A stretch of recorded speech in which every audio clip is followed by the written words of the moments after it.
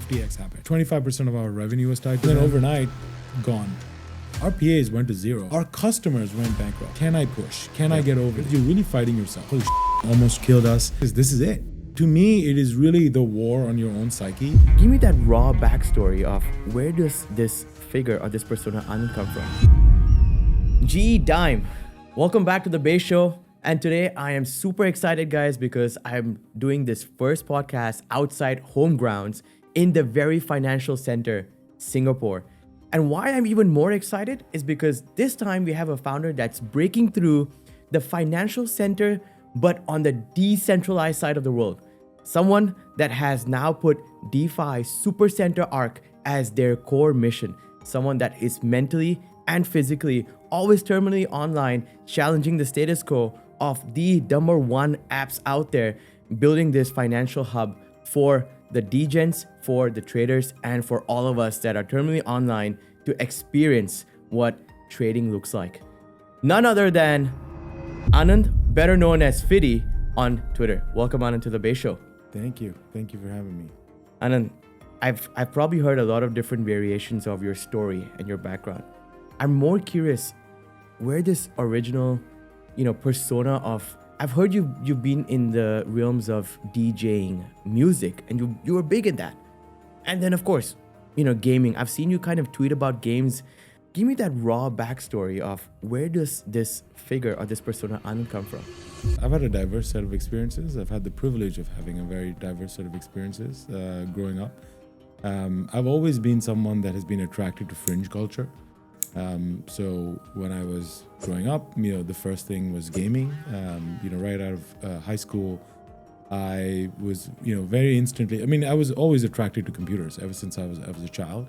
But games in particular, and particular PC games at the time in India. So I grew up in India, and at that time, PC games were just kind of like, making the rounds, right? Computers were becoming cheaper and more available to people.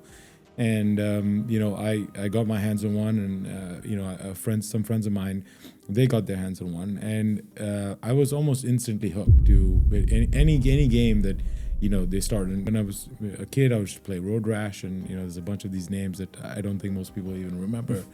But eventually it graduated to, first-person shooters, and specifically this game called Counter-Strike. Right. And I was hooked. This thing, I played a little bit of Half-Life before, but then when Counter-Strike, got on the scene, I was instantly hooked, right? And then, I played games for a long time. I would say that they are my first love. And if it hadn't been for my parents discouraging me very heavily to not pursue gaming full time, because at that time I was so crazy about games and playing PC games that I would leave the house and I would come back almost a couple of days later and just be like playing at the LAN parlor, for almost like 48 hours, right? So obviously it didn't go very well with my parents, because I'm guessing this is like the very traditional Indian parents thing. Yeah. Son, you got to go out, be either a doctor or an engineer. Yeah, my mom is famous in our family for saying that games were a devilish influence on me, and that I should not play that, right? And so despite that, me being pretty good at them, I was like, just like the family and the cultural kind of upbringing that I had, they would kind of discourage me very heavily from pursuing it sort of full time. I went to school for computer science, and while I was also playing full time, we were actually the top two teams in India at that time. This was like early scene, so the scene was not very big. Okay. But yeah, we were the best team in the country, and it was a fun time, because we would travel from cities to city and play, and there was this huge crowd, and we were just like young people, and we had a fan base and things like that, and it was pretty cool. It was one of the most fun times of my life. How old were you back then when you were this period of time? From like 17 to 22, 23, something like that. Okay. Yeah, it was a fun time, and computers was just something I always sort of loved, right? Music has always been part of it, and specifically for me, electronic music was something I instantly kind of gravitated to. So sort of like similar to there's in computers, there was just computers, but then Right. games were kind of like the frontier of technology, of like computer tech at that time. But even in music, I was attracted towards like electronic music, because it was this sort of like new thing that you had like infinite customization ability on like what sounds you could produce, right? And that was cool, and it had nothing to do with finance or any of the things I do today. But I was just like all in. But then of course, Life happened. life happens, and you realize, especially as I was graduating from college, that there's not much financial opportunity for me to sort of have like a full-time job or a full-time career just doing this, specifically in India, and maybe in the US it could have been different at that time. There was no real path at that time, and that was quite evident. So then I decided, I need to like do something different or try something different, and then I decided to effectively study abroad and basically pursue an MBA. Not because I really knew what I wanted, to be honest. Like I was like, okay, I need to move abroad because I wanted a change. Right. And my parents were very supportive of that, so I credit them, for pushing me to or encouraging me to do that. And number two, I was like, just one, it's a change of scene, and two, it's I just want to do something that was different. Now, I had the luxury that my dad and my parents in general, my family is an industrial family. So my dad is an entrepreneur, so we have a family-run business. And so I was always exposed to business, right? Tangentially or like passively. It just ran in the family. Yeah. And my brother, who's older than me, he had also started his own business. Right. So business has always been in my family. Yeah. Entrepreneurship has always been in my family. So when I decided to go abroad, I was like, okay, let me go study business, because that's something I've always been kind of like it's engraved in you. It's somehow. always it's there, and I understand it natively to some extent. Why not just go and kind of like refine my understanding of that thing? Yeah. And so an MBA kind of made the most sense at that time, right? So then I went to the US and went to Cleveland, Case Western Reserve University, which is an engineering school, but they also have a great MBA program, and enrolled myself there. And very quickly, within the first like 2 semesters, I realized that an MBA really wasn't the thing I wanted to do. Right. I wanted to I craved something more technical, just because an MBA at that time was just felt very touchy-feely. It wasn't there's nothing like meat and bones about it. Specifically, I fell in love with finance. I wasn't really exposed to finance formally before that time. I understand there is an income statement and balance sheet and cash flows, because I would heard my dad say that. Yep. But and accounting, of course, because accounting is the language of business. But I never like thought that I would fall in love with finance the way I did when I got my first finance class in my MBA course. It just felt like something. I was like, okay, this is something that really like my heart says sparked in you. Yeah, it felt right. Yeah. It felt like I wanted to learn more. And I think at the end of it, I mean, the root. If I were to trace it to like what it comes down to, I really think it comes down to this thing that I'm very curious about things. Yeah. Especially things that are not well understood, or things that are not like mainstream.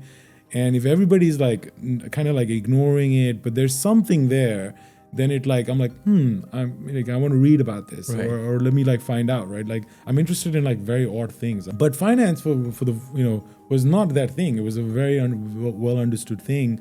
But there's like a lot of like, minutia or like odd things and eccentricities within finance that unless you really apply yourself to at a first principles level, you don't really understand. Right. And so I think those things really kind of like stuck out to me, right? So that's kind of like my short history. And then of course I decided to start the company, but that was like much later.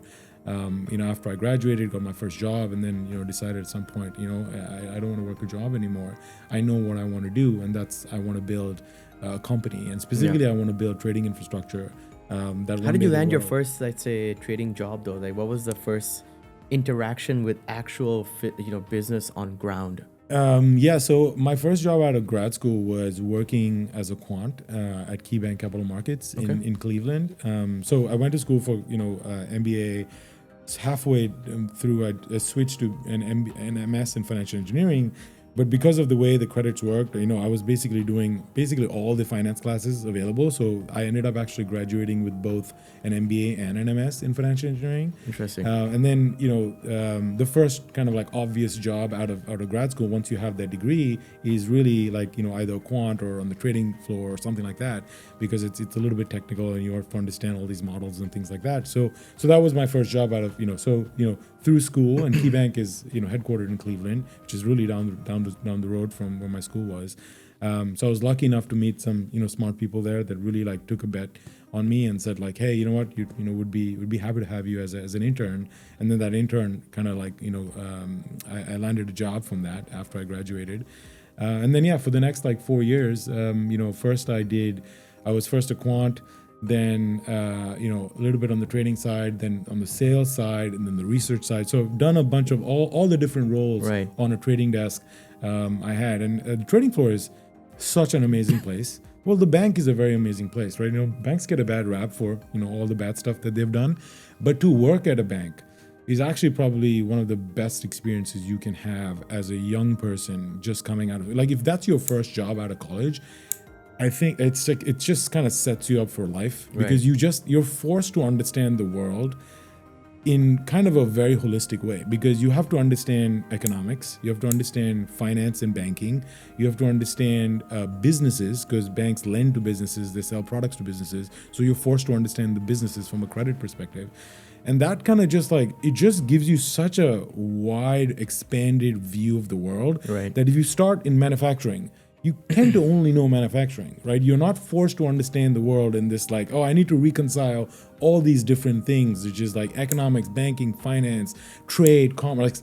So that I think I credit a lot for really expanding, my worldview of like how the world works, and all the things kind of like go into it, right? So did a bunch of different things in there first, and a bunch of different asset classes too, because I started on the interest rate side.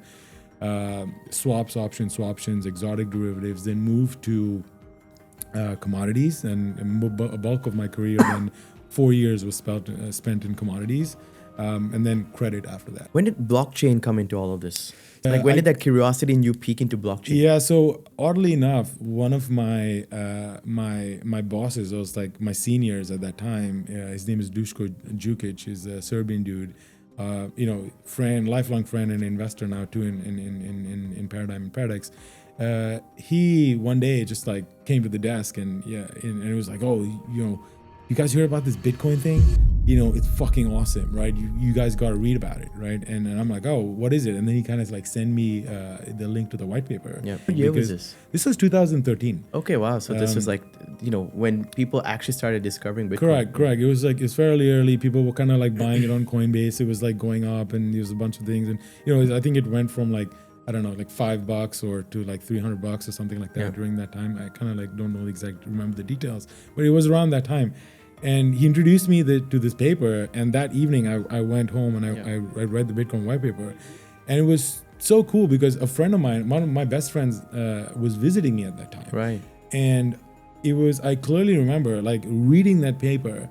I was up literally all night. He was still sleeping, and then we wake up like kind of like in the morning, and I was like, man, this thing is fucking insane. Like I literally went on my, I lived on the 16th floor apartment, facing the lake, and I was literally at like 4 or 5 a.m. in the morning facing the lake reading this white paper, and my mind was just being blown by, just the elegance of how different, existing primitives were kind of like combined in this like really elegant way, which is like, public-private key cryptography and, the economics and the incentives. And there's just so many cool things within the Bitcoin white paper that then ultimately, the concept of scarcity sort of like comes out of that, and digital scarcity. And, again, that's what kind of like my, my gaming experience stuff comes into play because, I played video games and, I traded items kind of like World of Warcraft, things like that. So I understood kind of like what natively digital,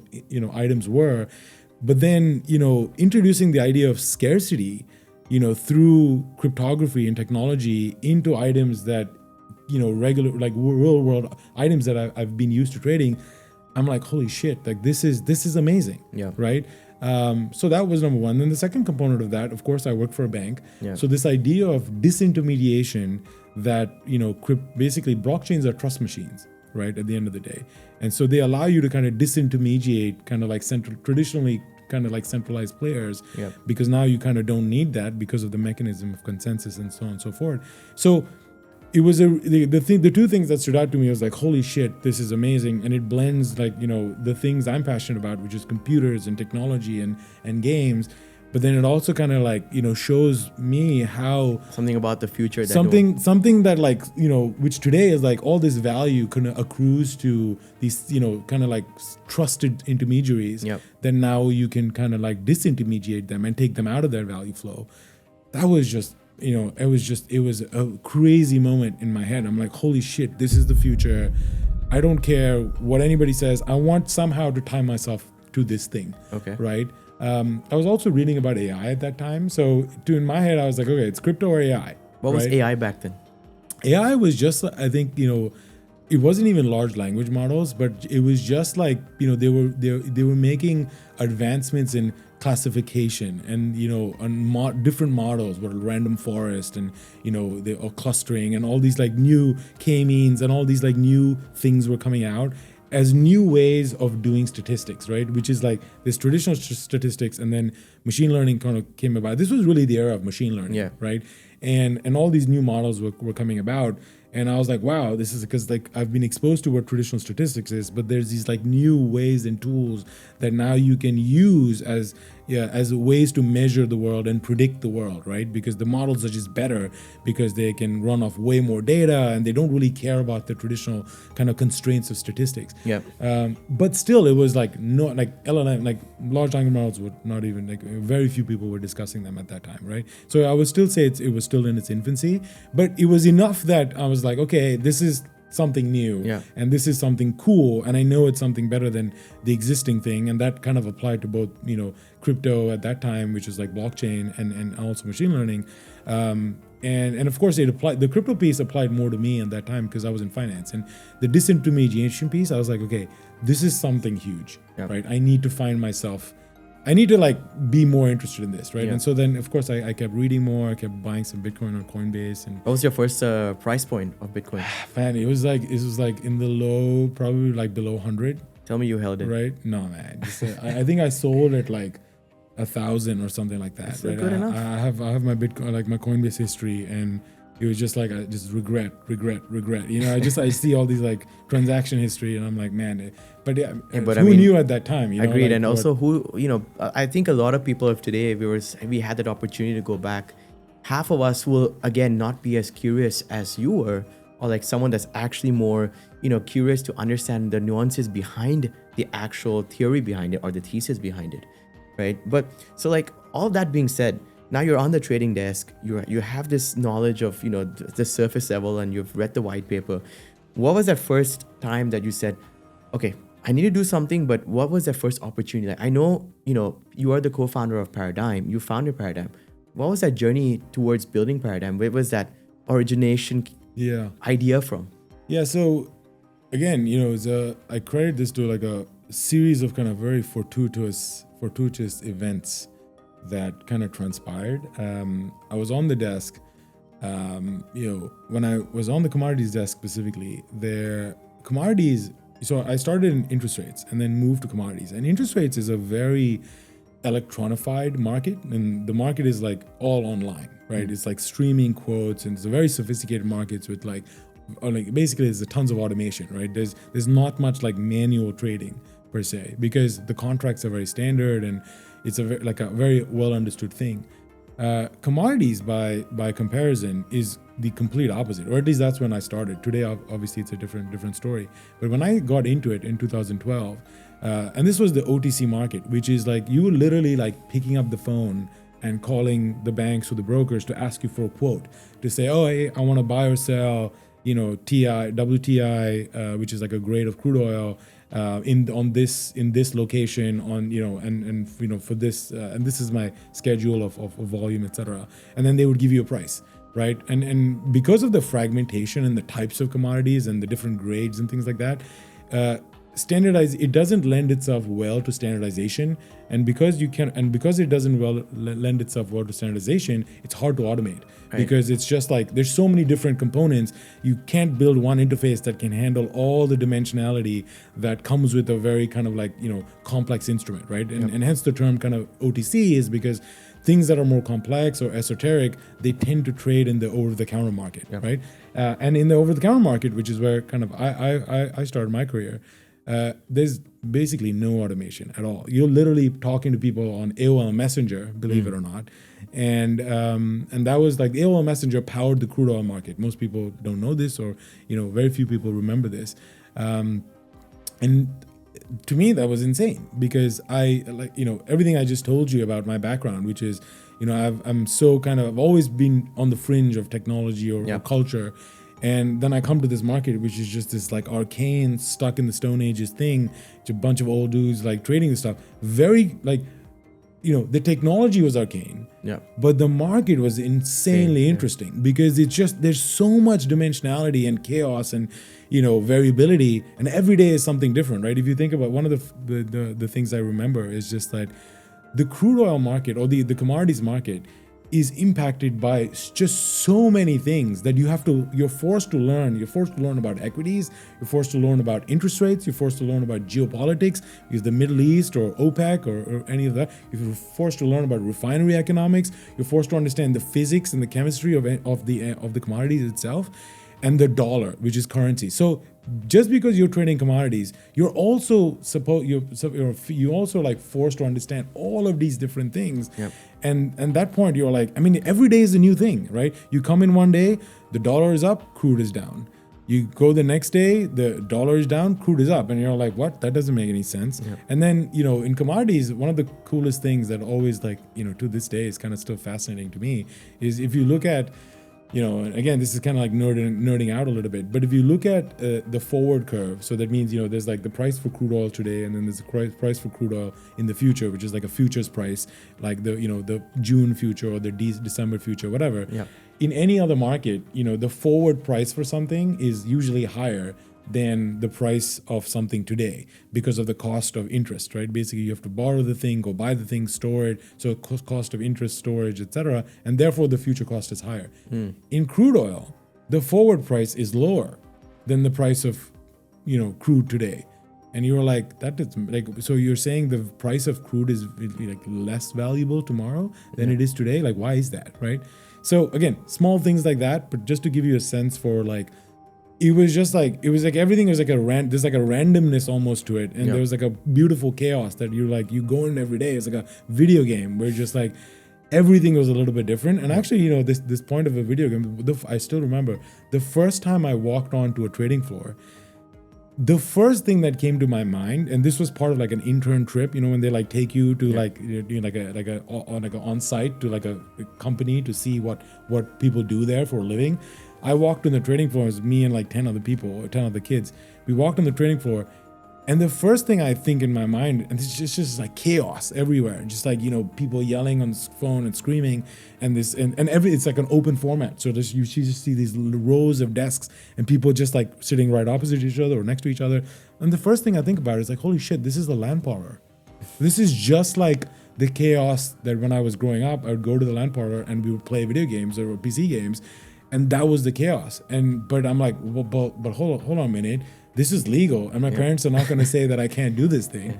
So it was just this like instant kind of like fell in love with this thing that like, wow, this finance is cool. Trading is fucking super cool, and the chaos of trading is just like the chaos of gaming, and like I was hooked. Did go come into mind? When it's like it's C4 just throwing bombs and like it's just there's this variability.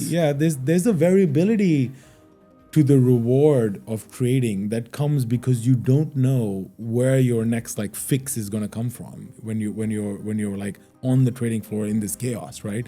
And that kind of gets you hooked, right? And so like some could say that I'm addicted to that, and in some sense I am. Like, so you went from trading desk thinking you're in a video game to then running like $1 billion. Yeah. So I guess you asked the question, how did that kind of like, transition happen, right? I want to understand like how soon, like, okay, this whole ideation, I understand the curiosity. You have seen that gap, you call it the beautiful chaos. Yeah. You know, what gave you that urge of like, okay, that's it, I'm going out, and you know, it's soon enough you realize like, holy shit, I've raised like, you know, millions of dollars and I'm now running $1 billion company. Yeah. So even this goes back to that first day when I moved to commodities and they asked me to price a swap, and I asked, okay, how do I do that? And they pointed me to AOL Messenger, and I'm like, you gotta be kidding me. Like the last time I've used AOL Messenger was like in high school, right? And like, why are we still using this like stupid old tech to do this very complicated, cool thing? Like that kind of, there was like it just didn't match, like align with me.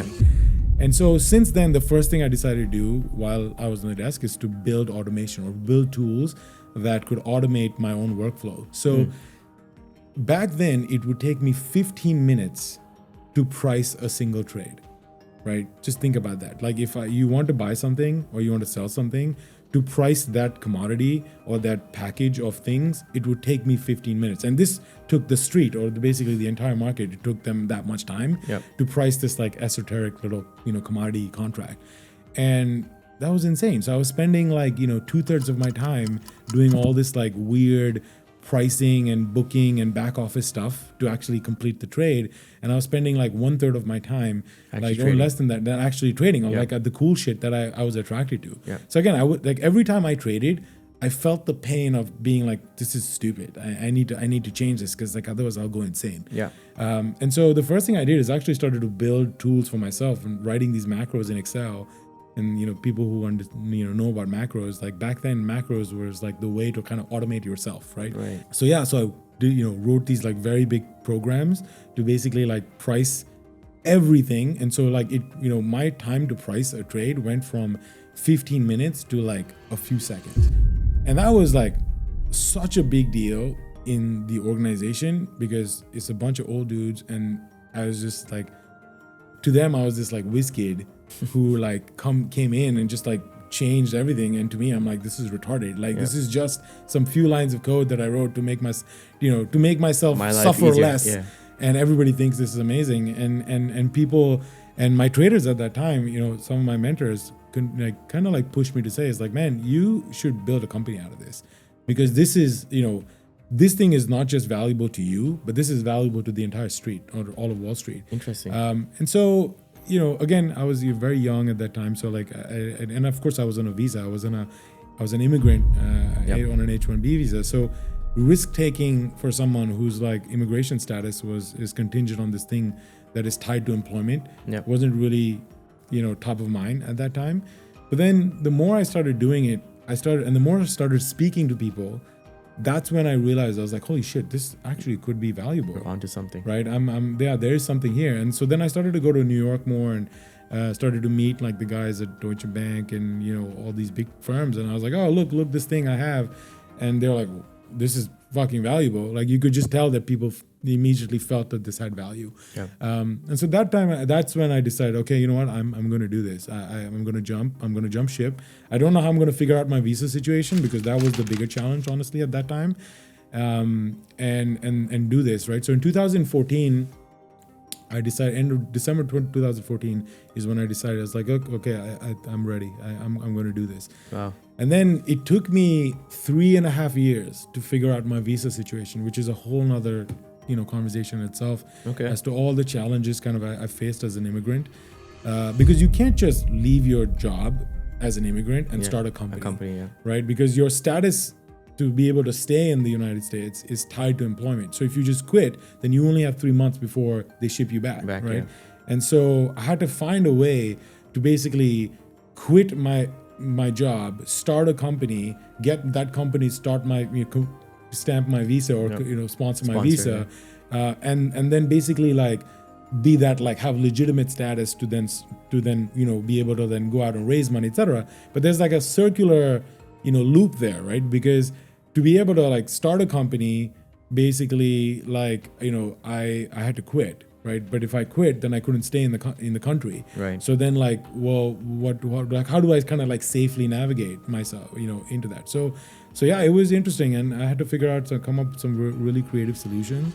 But it took me 3 years, right? But in those 3 years, that was I was fortunate that I was forced to take 3 years to kind of figure my immigration situation out, because during those 3 years, I decided to pivot from building the platform for commodities to then building it for crypto. Right. Because if I had just quit then I probably would have just, built an RFQ platform for commodities. And I would have been fighting the banks and the brokers, and that would have been a way harder thing than to building infrastructure for an industry that actually needed it. What were some of the highlights of, let's say, milestones that you achieved building Paradigm in that, from founding it to, some insane numbers? I've read so many insane numbers. I think you guys are crushing it from an institution level. My curiosity obviously comes from like, why come down into the retail side of things and even start selling at Paradex? But what are some of those milestones? From a milestone perspective, like the first biggest thing I think as a milestone was really me overcoming my immigration situation. I think it's very difficult for an immigrant to start a company. And do you think the situation is still the same today though? I mean, the world is kind of fucked today, right? It's just like there's all this tension in the world that immigration and is being viewed with this as if it's this very broad stick. And because there's a lack of nuance to the argument, you kind of lose the good parts of it and you only focus on the bad parts of it. And so because of that, I think entrepreneurship, specifically for immigrants, specifically for Indian immigrants in the US, is not as easy as it was, maybe 10 years ago or even, before that. And I think that's bad for both sides, right? It's bad for the countries that are kind of putting up this wall, and it's bad for the founders too, that they are not able to do this, right? But again, I think if you're creative enough as a founder, you will find a way to make your dream real, right? So if somebody's putting up a wall, like when people put up walls in front of me, it says, okay, you can't be here because you have immigration status or whatever. I was like, no, I mean, I'm going to do this. And one way or the other, one way or the other, like, okay. And it took me 3 years. I tried so many different ways. Like, I mean, that in itself is a podcast. And, a lot of our early investors who kind of have been with me along with the ride, they've seen like the and once I got over that, I felt like I could do anything. Because that was by far the hardest thing I got over, because I didn't control any of the outputs, or at least I didn't have the degree of control. You run a company, you have a large amount of influence in the outcome of it, right? I'm not saying you have all of it, of course. But you can control the levers. But there's a lot that you can control, right? But when you have something like immigration, whose your status is really not in your control. It's just like it's like a binary option in some way. It's either yes or no, and it's like you put in an application, and you kind of like hope for the best. Yeah. But then but to myself, I remember very clearly once I got approval, there was this like month of like almost like of 30 days when I was thinking through. I was like, wow. I was able to, with the help of a lot of people, by the way, I didn't do this myself, there's a lot of people that kind of helped me during my journey. I felt like, wow, I was able to somehow overcome something that I had very little control over through, lots of creativity. Yep. And so if you could overcome something like that, which to me, when I first started out, felt insurmountable, then anything that I can control, I'm like, okay, like, so it brought me lots of conviction, right? That and self-confidence, because I think one of the biggest things as a founder is you're really fighting, you're not really fighting the market. You're not really fighting your competitors. You're really fighting yourself. Yeah. Right. Like to me, it is really the war on your own psyche and your ability to kind of like overcome your predispositions and fears and biases, right? And I've always found that the more you push and the more you are like, okay, yes, this might be the case today and this is how I feel today, but can I push? Can I get over this, right? And then there's this like subtlety of this, just like this war back and forth with your psyche that you're trying to, kind of overcome. Yeah. And the moment you do that, there's only good things on the other side of that. Right? I've never found a situation where I'm like, I have this fear saying I shouldn't do something, but then I do it anyway and something bad happened. I that's like never happened. Now, of course, there's reason and rationale. If there's very obvious data validating why you should or should not do something, I'm not saying go 100% on intuition, right? Yep. You know, use your brain or use your mind to validate your intuition, and basically like to push to get over this like hill of mountain of fear that people have. And I think only good things sort of happen, right? You know, from that. So milestone wise, that was the first thing. Yeah. Beyond that, I would say, you know, there's so many little points along the journey. You know, we decided to pivot from, initially I decided to build an RFQ platform for Spot. Then I decided, you know what, it's too difficult to work in Spot because all these other exchanges are coming about. And I can't compete with these overseas exchanges because they already have a lead, etc. So why don't I move to something where I can be number one? And so options seemed like that thing. So that I think was a really good move because it helped us be a number one in a market that was small. Right. And then eventually that market, grew. I credit, we decided, again, we've been very aggressive with trying to build new things. We started an RFQ for loans that didn't work out. We scrapped that. Then we started a future spread order book for futures, and that was a very big business with FTX until FTX went down and almost, killed us. So there's been lots of like little things along the way. But the core business, which is options, has been kind of the bedrock, right? And it still runs today. It still runs today. It's doing phenomenally well. We do anything between 2 to 4 billion a day in volume. Wow. On average, we are about 35% of Deribit on any given day. We have 3,000 institutions on the platform. These are the biggest institutions. What does that equate into market share? That sounds like big numbers, actually. In options, in institutional options, we are like 96% of the market. So wow. we are like the institutional options and paradigm. These two words are kind of synonymous now, right? So we've become critical market infrastructure, but options is very small. Yep. Right. And like relatively speaking, 2 to 4 billion a day compared to let's say perpetuals that is doing 300-400 billion a day in aggregate in the market. We knew that like this is big and we have like we're like big fish in small pond. Yeah.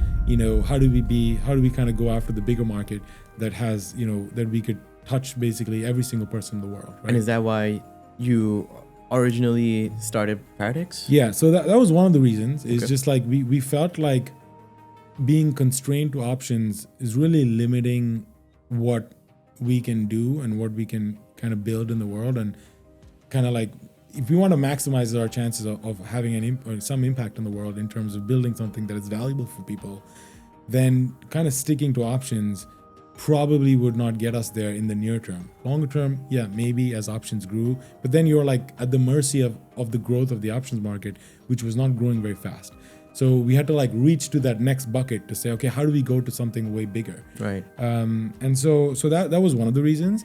There's other reasons too. Like the paradigm as a business is kind of connected to the exchanges. Like we depend on the exchanges for settlement. So we have this settlement dependency, and I've realized that dependencies are the killer of all business, right? Like if you want to be a business that is unconstrained and can be the size of Tesla or Google, then you need to make sure that you ruthlessly cut dependency, right? And we saw this with Paradigm too.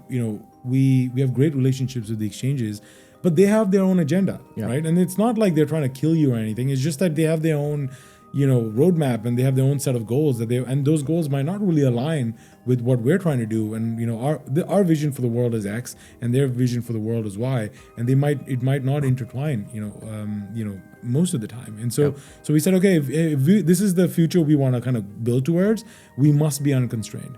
So that's when we decided, okay, we need to build our own exchange because we want to kind of get rid of this dependency, and then we have maximum freedom to be able to kind of build without constraint. So that's, it's the second reason. Right. The third reason was right around this time, FTX happened. And that at that time, that was an insane thing for us, right? The hardest, that triggered what would ultimately be basically the most difficult period of my life, by far. Because it started with, FTX was our lead investor. In Paradigm. In Paradigm, they and Jump led a round in 2021. We raised at like 500 million, 400 million. They were, it was like our coming out moment that like, okay, we're introducing ourselves to the world. Yeah. And kind of Paradigm was really flying at that time. And then, okay, we had a very successful relationship with FTX. We then built a futures business with them, and that business went from 0 to 500 million a day in like 70 days, which is the fastest business I've ever built or I've seen built. They were one of our biggest customers. Alameda was one of our biggest customers. And then overnight, gone, right? And so 25% of our revenue was tied to them. But not just that, some of our treasury was at FTX.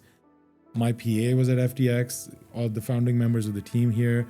I think in aggregate, the total value for our claims today is like something like 15 million. Wow. So our PAs went to zero overnight. So it was a massive personal blow for us. But not just that, as if that was not all enough, our customers went bankrupt. Like 7 out of the top 10 of our clients on Paradigm went bankrupt in the next, like say 3 to 6 months after FTX.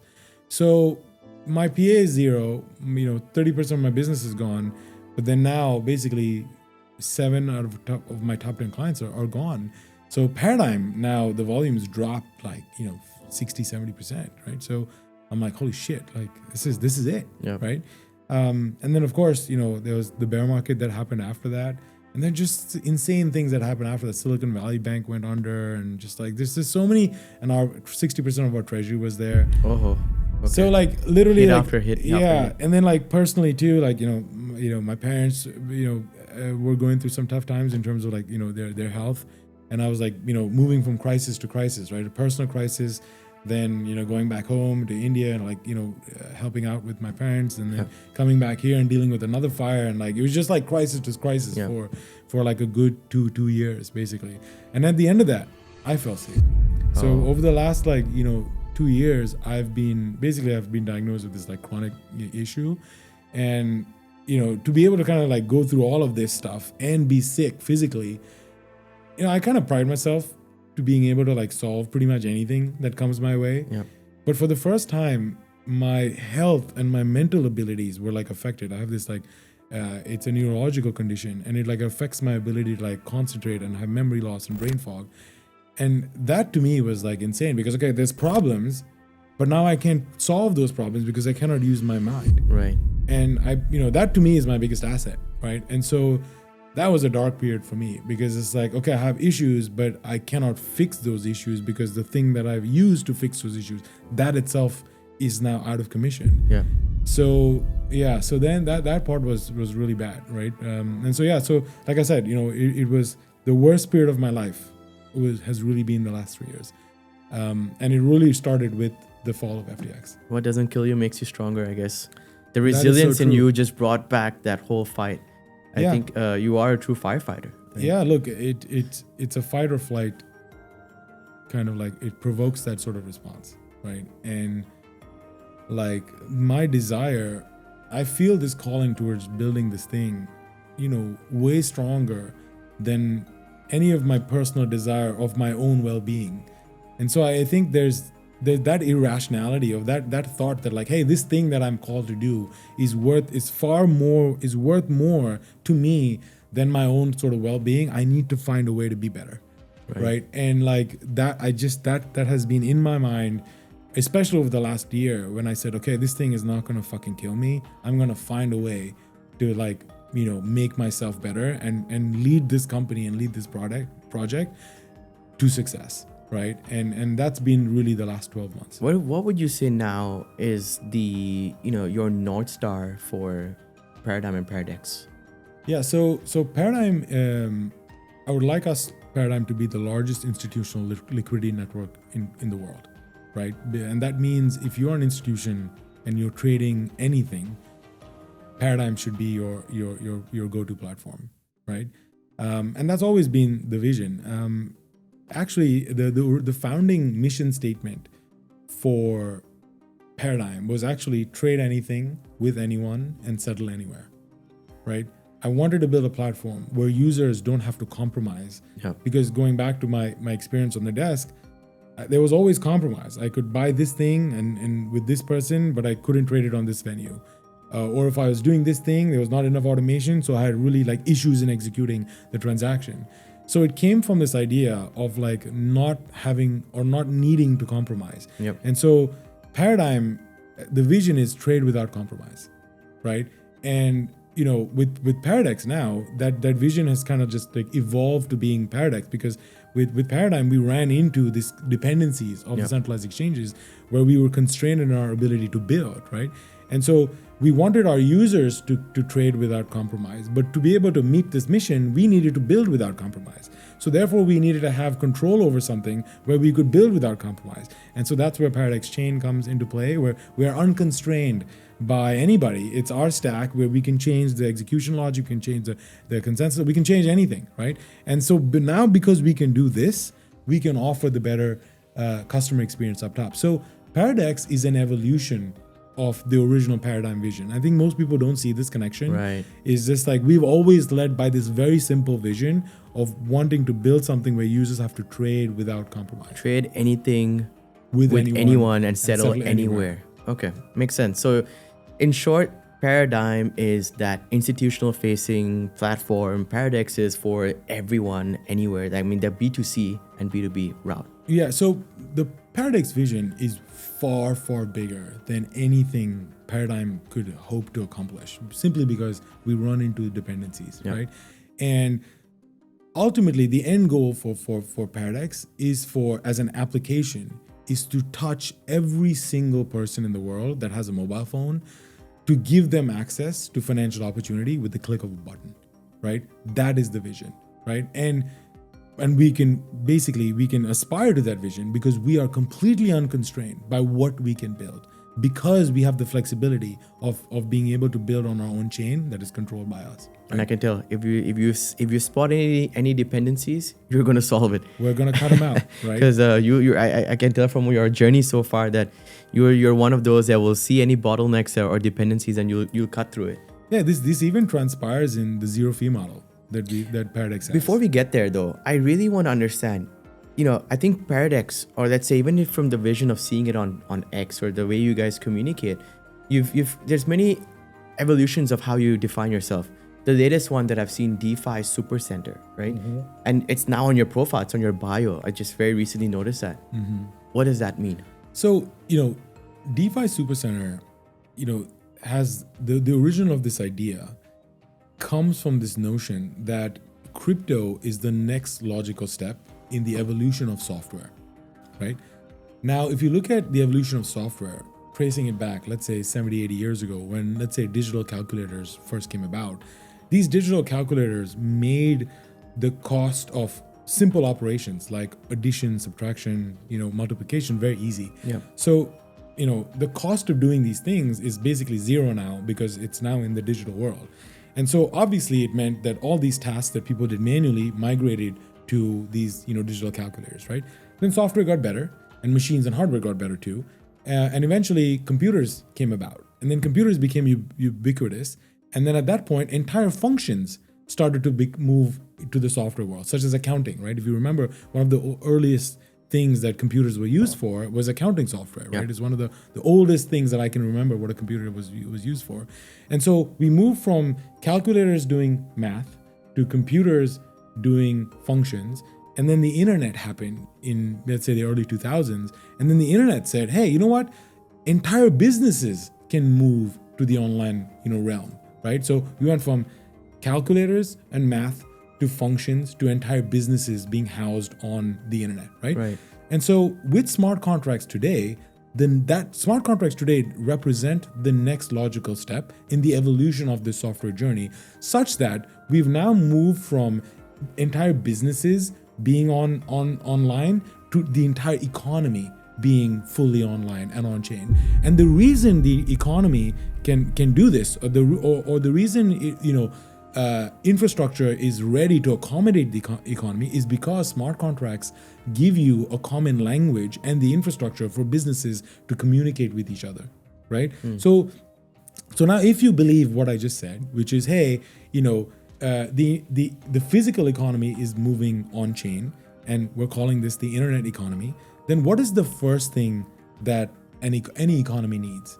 And it's a financial center. Right? Because the beating heart of any economy, let's even go back to the traditional systems, the traditional finance and America, right? When the United States of America first started, the thing that made America great was the deep liquid capital markets that was powered by Wall Street. Correct. Right? It was one single street. Even physically, there was one single street where there was borrowers and lenders and traders and investment houses and just merchants, investment banks, clearing houses, custodians. Everything was in one place, and businesses could go to this one central place, one single place, to get on-demand access for financial services. Yep. Right? I lived on Wall Street, by the way. That's another reason I have empathy for this idea, is because it's baked into the physical architecture that's built there. You realize why this was such a powerful hub for basically for the rest of the world. Wow. Right?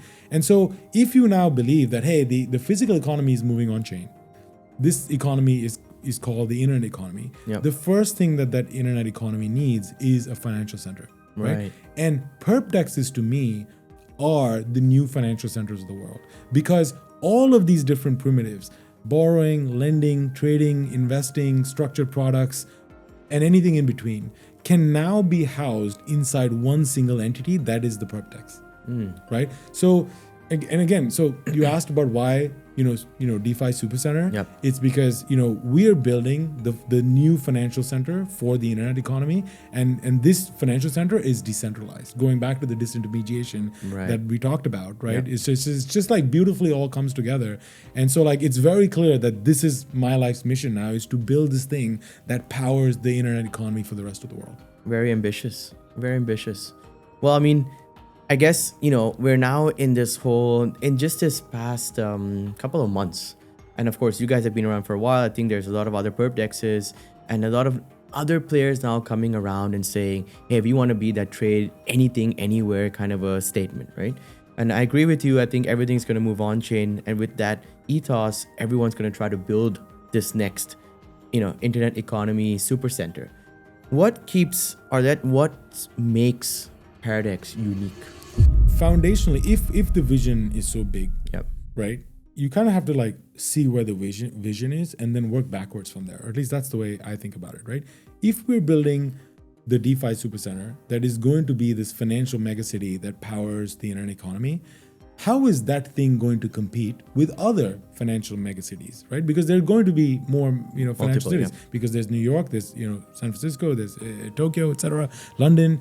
So I cannot assume that there's going to be only one. For sure. Right? So if there's going to be this competition between financial centers, how do these financial centers compete, right? And so broadly speaking, the financial centers that will tend to win will try to maximize along basically 5 attributes. Okay. 1 is price, 2 is size, 3 is immediacy, 4 is privacy, and 5 is kind of like execution flexibility, which is how easy is it for me to access the financial service that I want, whether that's trading, investing, borrowing, lending, in the price that I want, in the size that I want, as immediate, how immediately can I get that? How much information do I have to give up in order for me to receive, this price or this service? And B, how easy is it from an execution perspective for me to get there, right? If a financial center needs to basically maximize along these 5 things, it needs to basically have the max amount of flexibility when it builds something, right? Then that means it comes down to your stack. What is the stack that you have chosen, and what are the values that you want to kind of enshrine at the infrastructure level, at that stack level, that basically unlocks these kind of like economic attributes that I just talked about, right, above it, right? And so for us, the 3 kind of things that have gone into choosing which stack it is one is unification of all these services, which is performance effectively. So we have a ZK based stack, right? Which, we think it's far more superior than any of the consensus based L1s or even the L2s that you see sort of out there. We think optimistic rollups, for example, are not the future. We think ZK rollups are, and we think ZK rollups on average are going to be far, far more superior than any alt L1 that you're trying to do the same thing. Even if you have the same vision, you're going to run into constraints when you try to build this vision on at the L1 level. We think a necessary condition for this to succeed is, I think it needs to be built on an L2, and we can go into it in a second, right? But so one is the stack that we've chosen that unlocks this unification of financial services, and you can see that in also the fact that we have unified margin, for example. So you don't have spot and perps and options all in these like different margin pools and lending somewhere else, and then you have to go coordinate between these margin pools. It's just one margin pool, right? So that's number one. Number two is privacy, right? Privacy is enshrined, like this is one of our founding sort of values in Paradex, right? Is you cannot scale finance on chain without privacy, right? I don't care what anybody says. If you want BlackRock, if you want any of these large investment houses to move on chain and to adopt the liquidity and financial infrastructure of the internet economy, they're going to need privacy, right? They're not going to put their clients $1 trillion on chain and say, look what my high net worth client is doing, look what he's investing in. That's not going to fly, right? There's some metrics as to why some things need to be disclosed, etc. But the thing we push back on is people say you need transparency on the blockchain, and that's a good thing. You need transparency only for verification. But with the advent of ZK systems, you don't need to know the inputs to verify the output. Right? Yeah. And so now you have better technology where you do not need to, disclose the inputs to verify the output. So then why do we need transparency? Then at that point, transparency ceases to be an advantage, and it starts to become sort of like a disadvantage because people can use that transparency to front run you, to liquidation hunt you, et cetera, right? So privacy is the second value that is enshrined, at the infrastructure level for us, and we can go into details of how. And the third is liquidity, right? Which is foundationally, our approach to bootstrapping liquidity is a technological approach, right? It's not just some way where we curate or permission who gets to trade so that your liquidity gets better, or we sell your flow or something like that. No, we don't do any of that. We've built this system, basically, RPI, which is something people have heard me speak about, is these retail price improvement orders. That is just one aspect of how we've fundamentally redesigned the order book. Right? A traditional order book basically works basically using price time priority. But through our experience and what we've seen over the last 30 years, is that order books not only respond to price and time, but they also factor in who trades in the order book. So your identity matters, right? And so if your identity matters, and if spreads are responding to your identity, then that must be baked into the matching process itself. And so the innovation that we've sort of come up with is this idea that identity needs to be part of the matching algorithm itself. So you have price, identity, and time. We call it making the order books profile aware. And so we have a term for it internally, which we haven't communicated externally yet. So I'm dropping some alpha here. But we call it basically PRISM, which is... I was just going to ask you that. Which is basically profile responsive identity segmented matching. And it is a fundamentally new way of how an order book operates. And it basically now enshrines or basically factors in identity as well. So your TLDR is, the unification of margin and financial primitives into one unified construct. 2 is privacy. And 3 is we have a very unique take of how to bootstrap liquidity using technological innovation, in this case, PRISM. I mean, I've seen you say my life's mission is PRISM pill everyone. Exactly. And that's what I was going to ask you, what is PRISM, right? Exactly. But interesting, you talk about RPI, and I know you have mentioned about it so many times. Are you guys the first ones to do it? Because I'm literally seeing people like the biggest, centralized exchanges like Binance now doing it as well. Yeah. And do you see this as a shift moving forward? Yes, absolutely. We think, the last week when Binance or this week when Binance announced it, we think this is a fundamental validation of the future, which is the future that we believe in, which is retail must pay lower fees, right? Okay. And it comes from this idea that identity matters, which I just talked about why identity matters, right? And so identity matters because who you are actually basically changes the price that you should get. Right. And if that is true, and if you believe in that, then the first step towards that is to actually create a lane for retail to operate in, because that's an admission of the fact that retail should trade differently. Right. Therefore, retail is different. Therefore, they should get better price, right? And so the centralized exchanges, whether they're liking it or not, through this act of implementing RPI, are admitting to this fact that you need to have 2 lanes between retail and and professional traders. Yep. And this is just one step. Eventually, they will also be forced to move towards ultimately this lane paying lower fees than this lane, which is something today we already do. And it is already factored into this Prism architecture that I talked about. It's just like who you are, how fast you trade, that governs, who you are governs how fast you trade, how much fees you get, what is your priority of matching in the matching queue. And I think this is just like, so the centralized exchanges have taken like I would say one step toward, let's say we're 5 steps down the road. They've taken their first step. I've seen you speak a lot about this term called toxic users. Where does that come into this whole equation? And what is a toxic user? Yeah, so it all ties back to this concept of identity, right? Is that, and I keep saying that, hey, retail must trade at lower prices. And retail should trade at lower prices because their flow is non-toxic, right?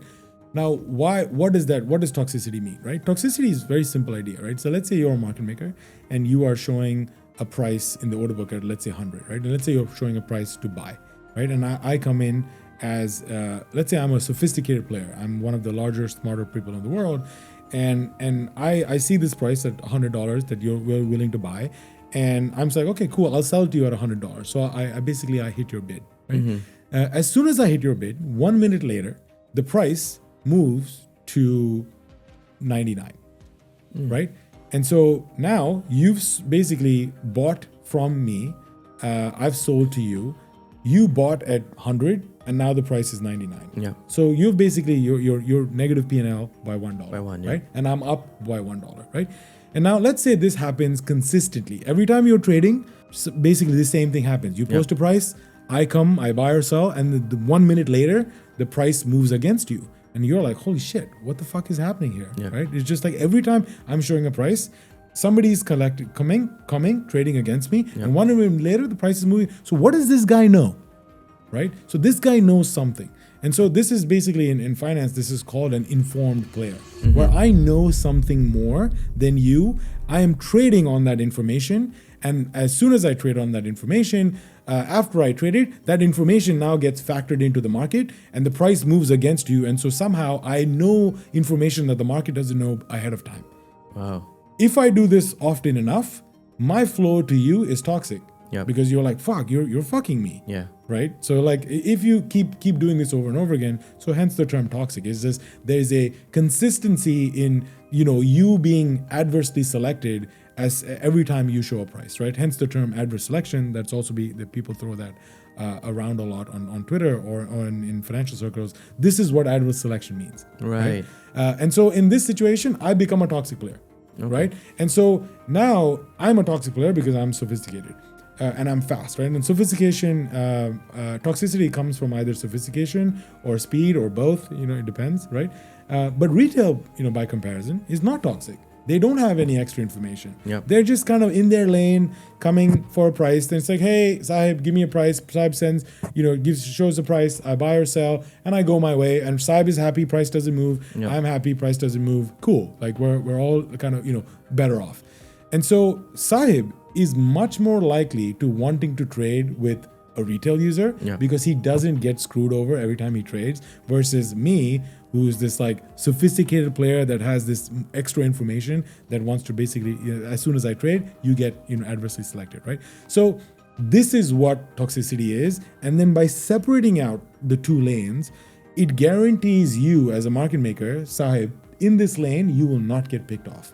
And so because you are guaranteed that you will not get picked off, you will show better pricing. Yep. And so retail benefits from better pricing because Sahib doesn't have to worry about the big bad shark that is basically swimming here. That is, the moment you put something out, boom, the shark comes and gets you, and then you are not able to basically hook anyone. Interesting. I actually wonder if people, 99% of the traders and noob traders like myself actually even know about this. I think it's one of those like microstructure kind of like nuanced things that I think most people don't even care, right? I don't think, and retail shouldn't care, right? Like this is not, your mom and pop shouldn't understand. This is like nerdy microstructure stuff that we all live and breathe this stuff. But over time it adds up. Right? And actually there's this like asymmetry, right? That you have a single pool or you have a single lane of liquidity where there's toxic players and there's non-toxic players like retail. Because there's no toxic players in that lane, the liquidity in that lane automatically widens out because you have to factor in this price that, oh, I don't know whether I'm going to get picked off or not by this smart guys in this thing. So let me just widen out my price. But now, because you widen out the price, even retail trades against the same price. So they basically there's this like negative externality that comes from that, right? And so the innovation here is us saying, let's separate these two lanes out. Slow lane, only retail. Fast lane, you can be sophisticated people and you can offer whatever price you want. But in this lane, I can guarantee you that only retail will trade in this lane. And you say, thank you very much. I'll show better pricing. Because you're giving me this privilege, I'm going to show better pricing. So your users are going to be better off. And because you created this value for me, I'm even happy to pay you fees. And so that also flips the model on the head. Because traditionally makers, all exchanges have to pay makers for liquidity. And that's true because makers have to be compensated for toxic flow. Right? And so exchanges have to pay that. Right? But now I'm telling you, Sahib, no toxic flow. And in fact, I'm creating so much value for you that you're saying, let me pay you for the right to service this flow, right? So again, these are all like fundamental shifts in how people think about the evolution of market structure. And I think that's a very good thing for the space because we're moving forward. Interesting. I mean, you guys also did a very ballsy move on zero fees, right? And you guys preach on that, and of course, like. Again, it's one of those things that people don't realize until they realize, like, holy shit, how much am I saving, right, per trade or over time cumulative when I'm doing such, interesting volume. But questions like, okay, this becomes one of your core strengths today. Is this something you guys can eventually sustain off from? Yeah, so it actually just goes back to the statement I just made, right? It's just like if I create two lanes for you, let's do a thought exercise, right? Like I create two lanes for you. Versus another exchange that has just one lane. In that one lane, you have to worry about toxic flow, right? And so you're like, oh, okay, my prices need to be wide to compensate me for this probability that somebody might pick me off, right? And so I come to you as an exchange and I say, hey, Sai, please show prices here. And you're like, yeah, I'm going to show wide prices, but you're also going to have to compensate me through a rebate because widening price itself is not sufficient enough to compensate me for the risk that I'm taking, right? So, Paradox comes along and says to you, Saib, guess what? I'm going to create two lanes for you. In this lane, you do not have to worry about toxic flow at all. And so, and now, because I create this safe lane for you, you basically have to not price in any kind of like, negative P&L that comes from this. So you're basically, I'm creating value for you.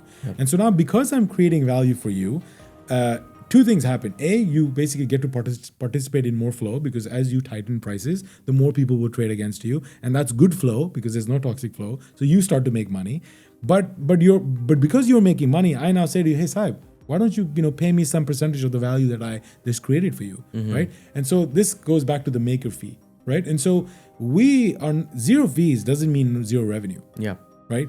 We are making money, but from the maker side, right? Because we've created value for them. So if you say, and people say to me, okay, you go zero fees, so now it just means prices will widen. No, that would be true if I did not separate the two lanes out and if I did not create value for the maker. But because I'm creating value for the maker, there's extra value that's in your pocket. Then now I can tax you on and I say, hey, I've created this value for you. Cough up some portion of that back to me. And you're like, yeah, thank you very much. I'm more than happy to pay you because my business, keeps flourishing and I'm happy to share with you a percentage of this, right? So zero fees does not mean zero revenue, and it is a completely it's more than sustainable business model in the future. Wow, yeah. So I guess this last statement is something that needs to be heard and understood because a lot of people think like, oh wait, so Paradox is zero fees. Zero fees means very less revenue or almost no revenue. And if there's no revenue, how do they eventually, going back to, let's say, the hyperliquid model, no revenue means not enough funds to be able to buy back tokens. Not enough funds to buy back tokens means eventually their tokens will never pump. Right? But interesting you say that. But touching upon that whole model here, and I'm curious to understand your, let's say, stats today, right? Like how have you seen your revenue impact? Like, has it gone up? Has it gone down? It's actually gone up. So how is that possible? Like, what sort of numbers are you talking about? So let's say before we switched zero fees, we were making something in the realm of, let's say, between 40 and 50K a day. Okay. Right? And now after we went zero fees, we're actually basically, even though the volume has jumped, basically the jump in revenue it's not linear, right? It's just like you're making more money, even though the jump in volume has not been kind of proportional in that sense, right? Yeah. And so this kind of is like evidence to this fact that like it just because you're doing that doesn't mean your revenue basically goes down, right? So there is kind of like, it's kind of baked into the economics of this itself. Yeah. And so it's a very, and by the way, this is not just us. There's other venues like Lighter that are also doing the same thing. Right, and so like if it's sustainable for them, it's sustainable for us, right? It's like there's no fundamental difference. I mean, there's some microstructure differences in like how they approach implementing zero fees and how we do. We think RPI is a better model, but in principle, they're trying to basically do the same thing, which is to curate flow or to basically create a safe lane for retail. It's interesting about Lighter Up because it was actually one of my questions out of curiosity as well. So, from a business model to even let's say on a very similar tech stack or with different features that you guys plan to offer in the near future and eventually, how do you where do you see Paradex standing out when it comes to choosing between trading? Of course, like let's keep the whole farming perspective aside, right? Like one can farm on Lighter because their TG is coming up. One can farm on you guys because you're very under farm right now. But let's say from a user perspective, and I'm new to this whole trading routine, what am I choosing and why am I choosing you guys over the other? So it depends on who your customer is, right? To answer that question, I think you first need to answer like, who's your customer? If you're the total cohort of farmers in DeFi is very small, right? It's like, maybe there's, I don't know, 300,000 people, and post your airdrop, they're probably all going to go away. Yeah. Right. Or not all, but at least a significant amount will kind of drop off, right? As a founder of a project that I think is building the DeFi Supercenter, right, in the future, I need to solve for retention, right? And so it comes down to like the platform that I'm building. Okay, there might be different reasons why you come to the platform today. Either you believe in us and the vision long term, and we have a really big cohort of users that actually do believe in this vision, and they've been with us all the way since the beginning, and they're going to be with us all the way until we achieve our dream and our vision, right? So we have that cohort of users. Then there's like the farmers, right? And then there's like this continual kind of like influx of new sex to DEX users that keeps happening, right? Because that migration is happening every day, right? Correct. The catalyst of that was 10/10, which was October 10th, which was kind of like Black Friday for us. Correct. That was again another catalyst for basically unlocking or triggering a new wave of migration between sex users to DEX users, right? And so you have this kind of like wide range of different types of users that are coming to the exchange, right? The core group of users, you have the farmers, and then you have these kind of like new entrants to the market, right? Yep. And so for the core set of users, they believe in our future, and we continue to kind of build towards that, right? For the farmers, I'm trying to convert as many as possible to say, okay, fine, you might have come here to farm, but post TG, I'm going to make the platform so good for you that this becomes your primary venue. You might farm other places, but this should be your primary venue to trade. So if that primary venue was Binance, or if it was Bybit or something else, I'm going to build something so good that you're going to be like, fuck, this thing is so good. I came here, but I'm going to stay here. Yeah. Right. And so that's on the farmer side. And then on the sex to DEX migration, this is ultimately where the biggest growth is going to come from. Because the other two pies are kind of fairly small right now, right? Even amongst all Hyperliquid, us, Lighter. Like I say to our guys internally, the enemy isn't Hyperliquid. The enemy isn't Lighter. Like if anything, we are like all tribes warring against this big bad imperialist machine that is CeFi, that is the Binances of the world and whatever, right? And it's not just them, even beyond them, like the CME, the NASDAQ, they're all in the same boat, right? Like this is like, there's the internet economy is moving on chain. The first thing that economy needs is a financial center, and we find ourselves as one of 3 financial megacities that can basically grab this, real estate that then becomes the beating heart of all the businesses that basically come to these exchanges, right? So we're not competing with each other, right? Where in fact, like we should be like working together to take down the, it's like Star Wars, right? It's like the Rebel Alliance, like that. That's what I think. So these guys are not our competitors, and I'm not trying to differentiate myself versus Lighter or Hyperliquid as much as I'm trying to say, no, this is a better platform than Binance. This is a better platform than Robinhood. This is a better platform than Interactive Brokers or any of the CFD platforms that you use. That is the market that I'm going after, because that is hundreds of millions of customers, and that's billions and trillions of dollars of volume. On this point, you make a very good point there, and I agree with the whole tribal effect and understanding who the real enemy is. Yeah. But I guess a good question here, and of course a lot of people speculate on this, like, isn't it easier for someone like Robinhood or Revolut, let's just say Robinhood, with the rails that they have today in the TradFi market, to basically build on and grab the crypto market, right? Because crypto market's way smaller than the TradFi market today, right? So as you march towards, let's say, trying to grab onto their user base, wouldn't it be easier for them to grab onto your user base? I think it's important to view this question from the lens of skating towards where the puck is going, right? Now, what do I mean by that? Robinhood, Interactive Brokers, any of these things we just talked about, they are consumer apps, right? They have the existing distribution. That distribution is very big, 100% that's true. But they are consumer-facing applications. The DeFi Supercenter vision is building infrastructure, liquidity infrastructure for the internet economy. Mm-hmm. They're two completely different things. You can think of us as being the liquidity hyperscalers of the new world, of this new world that we're building, right? These guys are just apps, right? And you think about the future when all these businesses are natively online and they can communicate with smart contracts through smart contracts with each other. Are businesses going to interact with Robinhood smart contracts? Right? Yes, they're trying to build their chain now, which is why you see that they're also trying to move in that direction. But how does Robinhood, the centralized app, consumer-facing app, sit on top of Robinhood chain unless they completely rip all this out and put it on chain and then say, okay, now you can interact with this? Then okay, I would say then you compete with me. But until then, you are a consumer-facing app with amazing, massive distribution. By no means am I trying to trivialize what they have, the brands that they've built. They are super brands, right? But they're super brands in Web 2. I'm building a world that is infrastructure. This is liquidity infrastructure that powers the new world and the internet economy. That vision is completely different than the vision for a consumer app. Now, sure, they can decide to also get into my game and decide to build infrastructure, and at that point, we compete with each other. But until then, their choice is: should I use infrastructure or should I build infrastructure? But that choice, it's on them.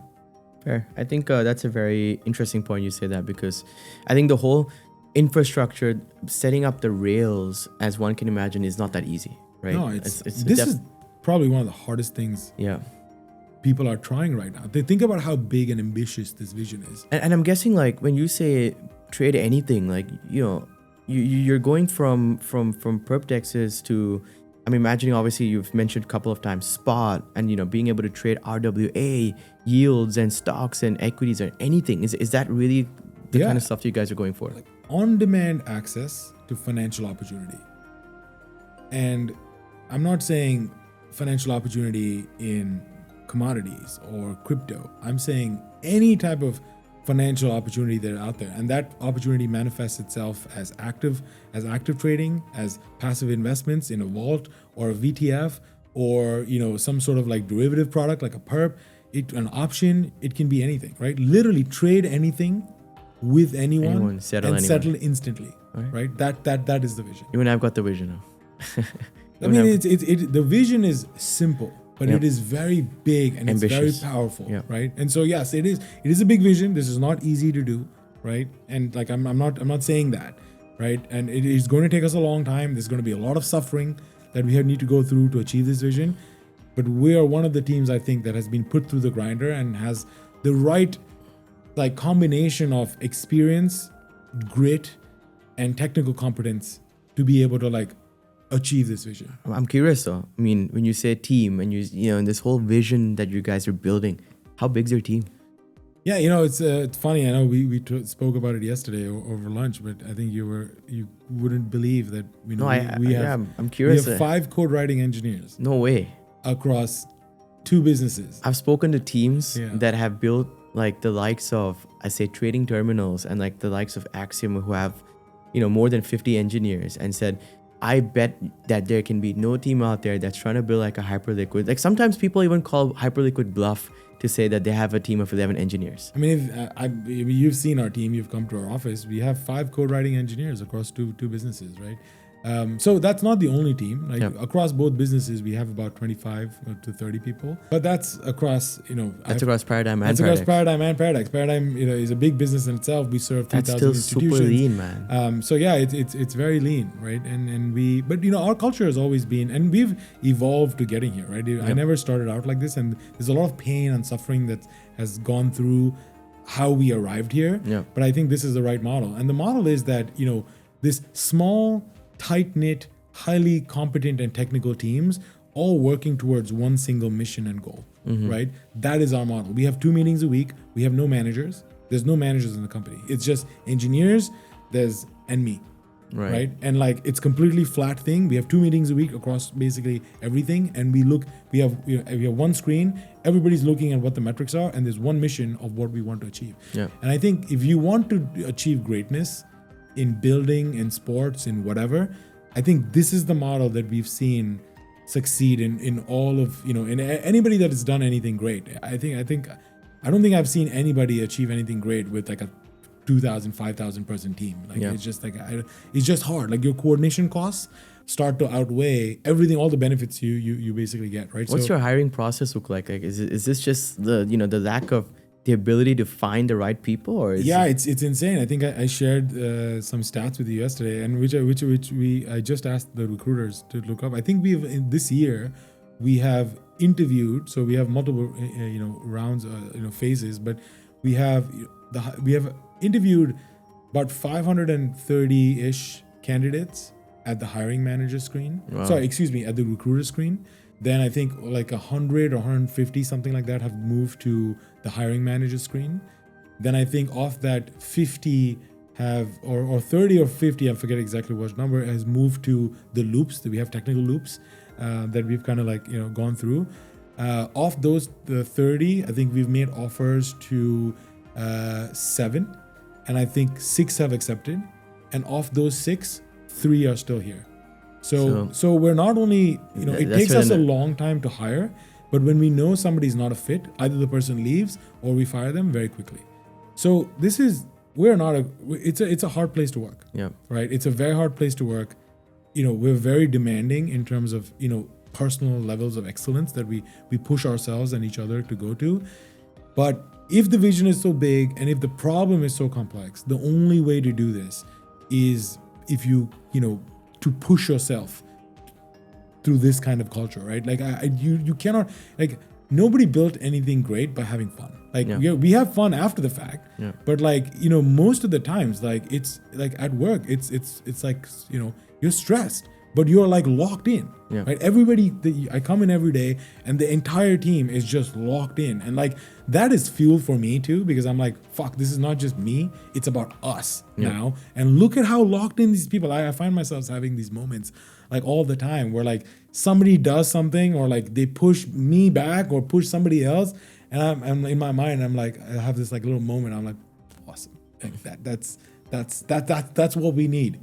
For us to win, this is the mindset we need. That's amazing, man.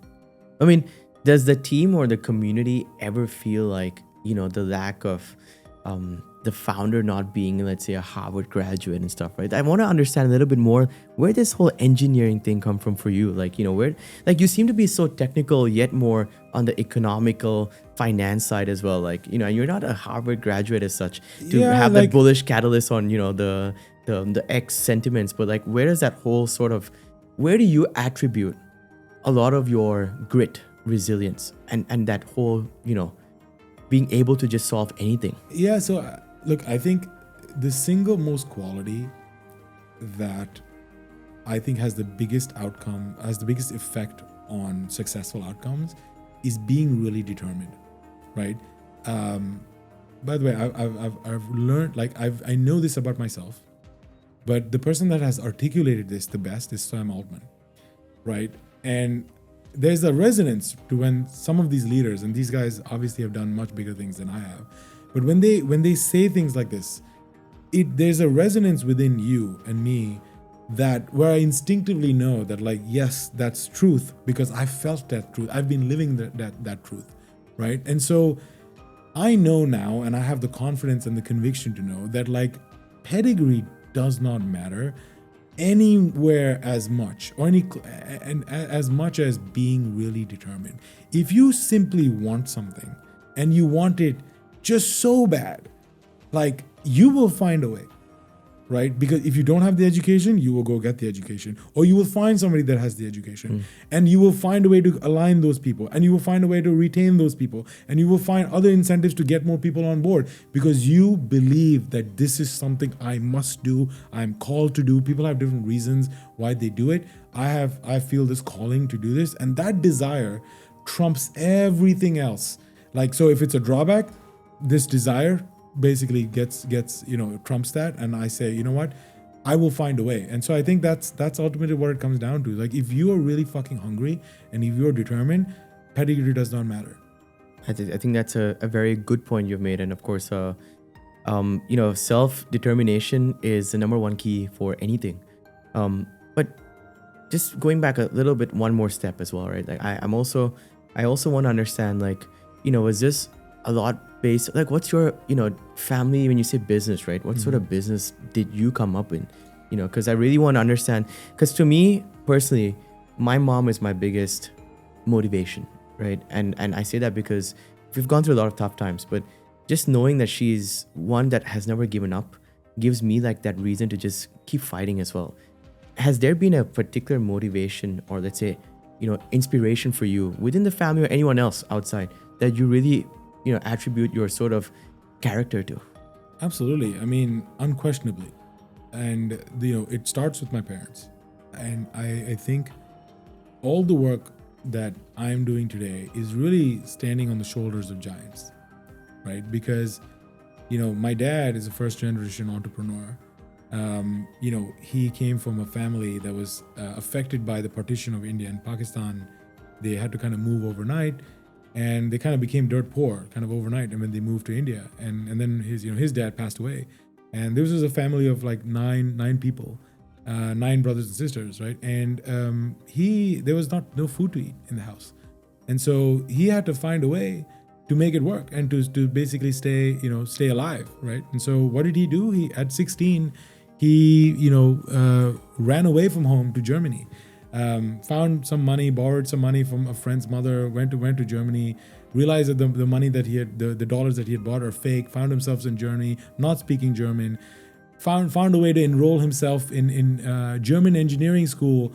So while he was learning German, he was also learning German engineering in German, and graduated kind of like first class, right? So anything I do pales in comparison to what that man had to go through, right? And so, being really determined, I think there's some truth to this, that it is in your blood, because it is in your genes, and it is in, the people that surround you, you're surrounded with since you were a baby, right? In my case, it was my parents. Like, I've seen my dad go through so much stuff, and I've heard about so many crazy stories about him that, like, nothing I do in this life will be anything close to the suffering that he had to go through to get to where he is, right? So he is my number one, influence, as the person that has the most impacted my personality in the way I do business, in the way how I treat people, even the simple things as, like, I have, people talk a lot about sexism and racism and all of this stuff. I think that thing is taught, right? And it starts with the family unit at home. I was brought up in a family where my sister is like a super achiever, right? Like, and I didn't know until like I was 24, 25 outside the house that, like, somehow the world views women or there's some group of people in the world that views women as lesser than men. because I was never like that. I was never led to believe that there was nothing in my house. My sister did way more things. And she was encouraged to do way more things than even me or my brother was. Right? Why? Because she was the smartest. She was traditionally known as being the smartest. Right? So this meritocracy existed for me when I was young, and so that's the only reality I knew. Right? But that comes from your parents. Yeah. My parents, that was their default way of being, and so because they were like that. That had kind of like passively had an impact on me and my way of being. And so that's how I treat people, right? Meritocracy is the first thing that comes to my mind. My ego or anything else is all second, right? People are all equal, right? And I think in this day and age where like there's so much shit about like, immigration and race and things like that, all of this stuff is being stirred up again. I think, we need to go back to this idea that we are all equal, right? We might not have equal circumstances, because of economic inequalities and things like that. But that doesn't make human beings at different levels. That doesn't put them at different levels, right? And so I credit a lot of my thinking and way of being and like an empathy first approach to even business. You need to be very disciplined and you need to be kind of ruthless in a sense in business. And you need to be aggressive because you need to take opportunity, right? But that shouldn't come at the expense of human dignity and empathy, right? And I think this balance is something leaders in our day and age, they need to be, I hope that they have it because they've had positive influences the way I've had, right? And I credit a lot of this to, my parents. Well, that's a big tribute to them and very beautifully said. I believe something that a lot of people may not know, you have just been a brand new father to a beautiful baby girl as well. So I'm guessing that's a lot of the same attributes and character and building and the stuff. Yeah, it's funny. Like I find myself, all the the way you think about your father, and then you see yourself becoming him. Yeah. In like little things, in the way I speak to my girl and the way I sit and things like that. It's like you kind of become your parents, right? Yeah. It's just like that is how powerful their influence is, not just in terms of how you think, but even the physical, your mannerisms and things like that. It like all manifests in these like small ways, and I've been blessed to find to have such positive influences. I agree. Switching gears, Anand. Switching gears. I know we probably need a bit more water that you're into that mode, but TGE, you have been around for a couple of years now, since Paradigm and then Paradex. I want to address this because a lot of the community members, as much as they are loyal, right? And people have been around since season 0, season 1, you're now in season 2.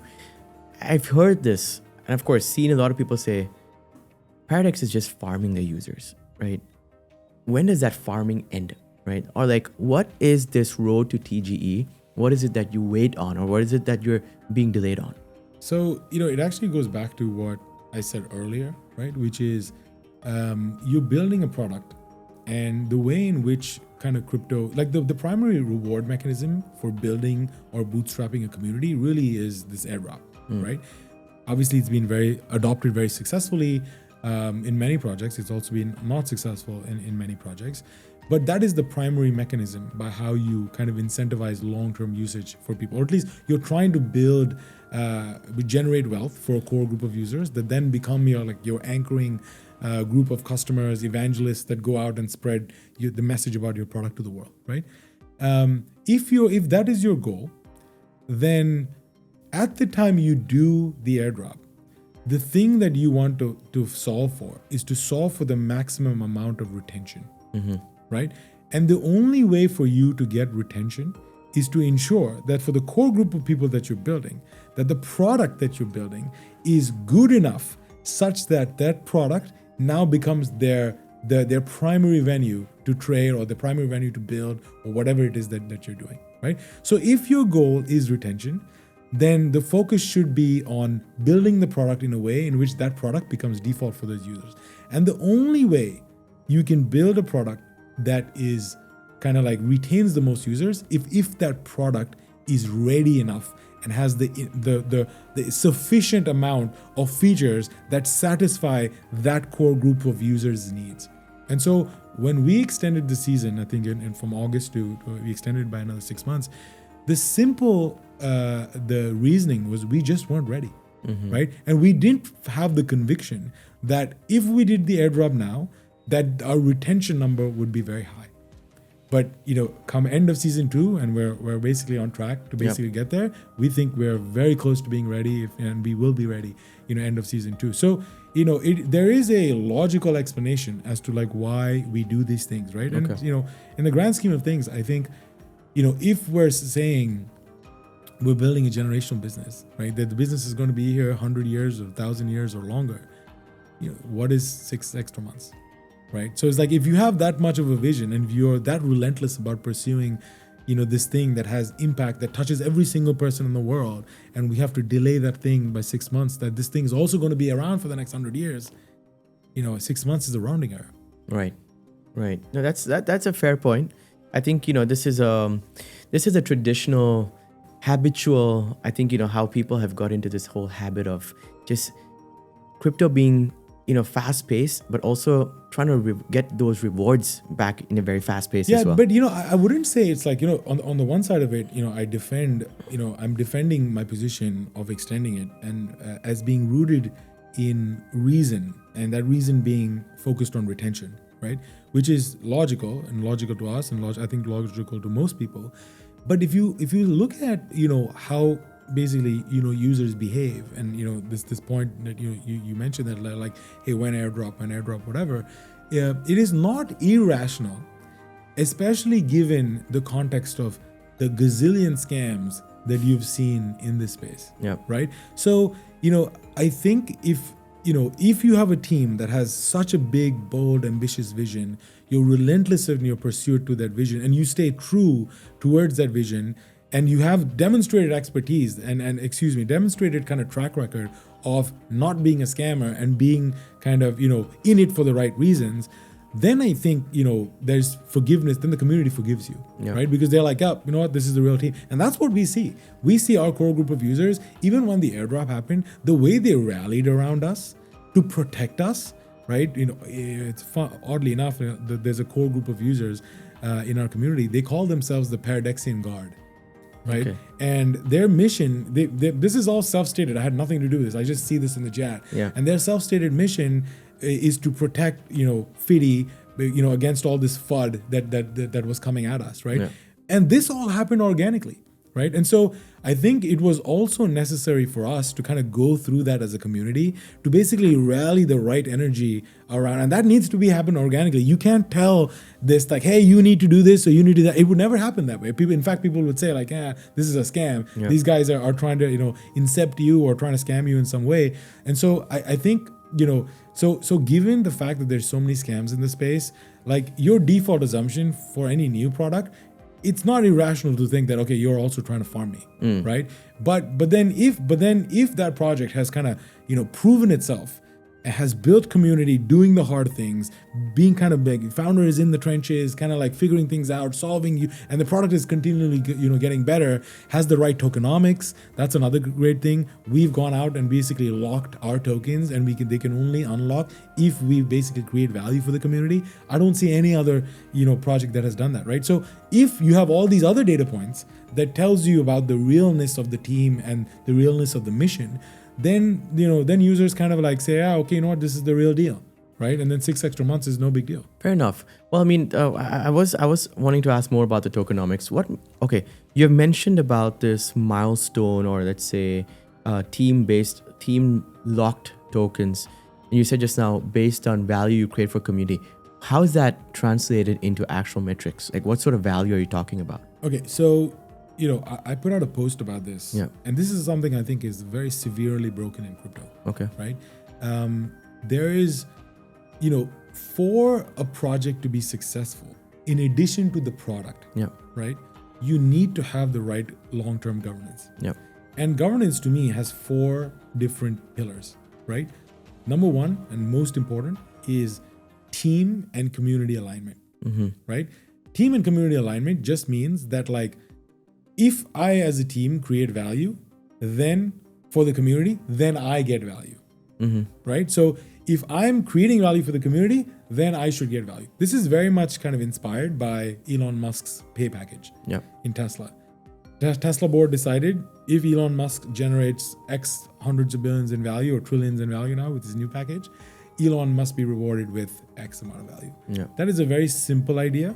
And it simply means I might vest those tokens or earn them, but I should not be able to sell those unless there's some bar of value that's created, right? And that bar can be price, it can be revenue, or it can be some combination of the two. But it has to be hard value accrual, right? The second pillar is investor and community alignment, right? If investors can dump before everybody else and fuck off, then that's bad. Yeah. So investors must be locked up longer than the general community, right? And they're also sophisticated users. They're taking long-term bets. So there's no reason for them, to basically be, sell on day one, right? Which is why you lock up investors. So again, we've locked up investors. And this is why, by the way, quite consistent with IPO methodology, right? Yes. See, like early investors, the traditional businesses. Correct. They have to wait until a certain amount of time before they sell, right? The third is radical disclosure, right? You have to be able to disclose to your users like any deals that you're kind of like making and so on and so forth, so that I think Monad did this in a nice way. They kind of disclose their market making deals, which I think is a step in the right direction, right? Because the community and the foundation is basically should tell people like, hey, this is what you're investing in. And by the way, disclosure is also part of the regulatory requirements. If you go into it's part of securities laws, etc. One of the big things is disclosure. It's like you need to make information available to the community, so they're not making decisions based on asymmetric information, right? Which means they have less information than you as the promoters or the founders. And the last is tying the token or the price of the thing to value accrual, right? Which is things through buybacks and things like that. I think if you don't do, and basically this is how our tokenomics have been structured. Some are the 4 pillars of our tokenomics, right? And why we think longer term, if you want to build a sustainable, healthy thing long term, it has to have these 4 things. I agree, and I'm so aligned with that. In fact, like, I think this whole, one of the major reasons, if you pull up any chart out there, be it funded by biggest VCs or not, and are like 90% down, is because precisely what you said, like VCs have dumped, or just, like the team has dumped over time. And these are things that you can never, I'm not saying you can't track, you can obviously track them, but like you can never prove otherwise, right? And of course, I think it only makes sense that you guys as a team get rewarded if you're achieving a certain milestone for the community and the project. Right. So love the fact that you're actually, very thoughtful on that sort of a reward, a reward model that actually incentivizes everyone as a community. Yeah, it aligns everybody. This alignment is the key word. Yeah. So Anand, I have a question, right? Investors in the space, including myself, oftentimes gauge a particular project based on what sort of funding. We spoke about the whole funding, investor alignment, team alignment. And I want to understand, like, because this is not often talked about, like, who is Paradex funded by? Like, do you guys have a treasury that's healthy enough? Mm-hmm. Like, I want to understand what that sort of background is to Paradex. Yeah, so Paradex is being funded by Paradigm, which is, that's the main mother business, right? Paradigm is the largest institutional liquidity network in crypto. Like I said, we do between, 2 to 4 billion a day in volume on any given day.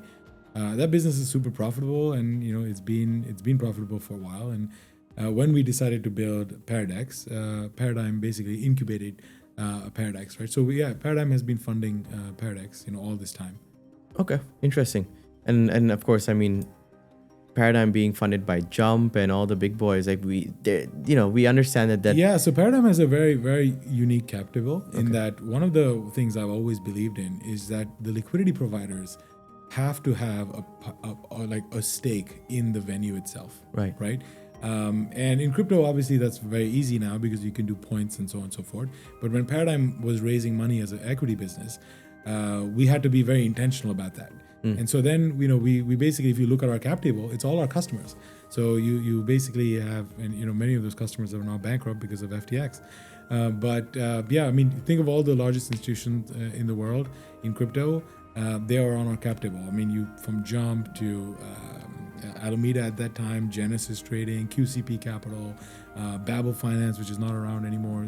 Some of these skeletons, but it came from this idea that the liquidity providers must have a stake in the venue, because then they have a stake in making that venue successful. And then there's not an adversarial relationship between the venue and the liquidity provider, right? So aligning again is the aligning. Yep. Alignment was the core part of that intent. And of course, them being shareholders in Paradigm, when we decided to start Paradex, all of these guys got a allocation of the token. So they have a financial incentive to making not just Paradigm successful, but also Paradex successful. Very interesting. I can bet not many people know about this, but yeah, this is something I think most people don't know. They don't know who is on our because I've spoken to so many people, and then they're like, why do I back this? I mean, it's one of those things where the people that know, yeah. and they see, they're like, oh, you guys are, backed by these big guys, and they have an incentive. I can tell you're so product focused as a team that you guys haven't really done the best job in marketing your strengths, man. We have not. Yeah, that's I take that. But Anand, noted. I think I didn't realize we're almost 2 hours in. Wow. I didn't realize, but I have one question, man. Sure. You're a firefighter, you've been through so much, and it's just natural to ask this, like, what's your biggest fear in life? My biggest fear in life is not reaching my full potential. Right? I think this is, again, I credit this largely to my parents. When my mom repeatedly would say that it is a sin to not, fulfill your God-given potential. And that has always rung true in my head, that am I pushing myself enough such that this gift that has been given to me, or my ability that has been given to me, am I using it to the full extent possible? And that to me, by the way, is also the source of my strength, right? Which is knowing that I'm pushing myself in service of something greater. This to me is the source of my strength.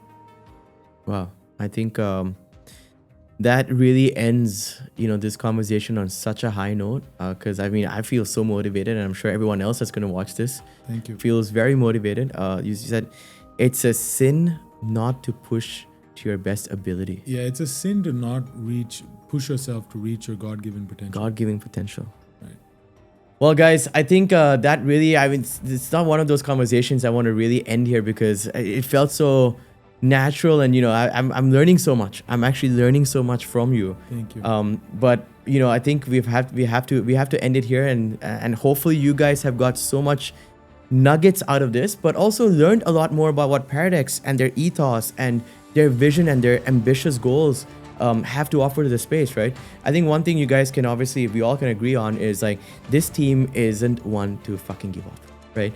But until then, guys, cheers, and till the next episode. Signing out, Saib from The Base Show.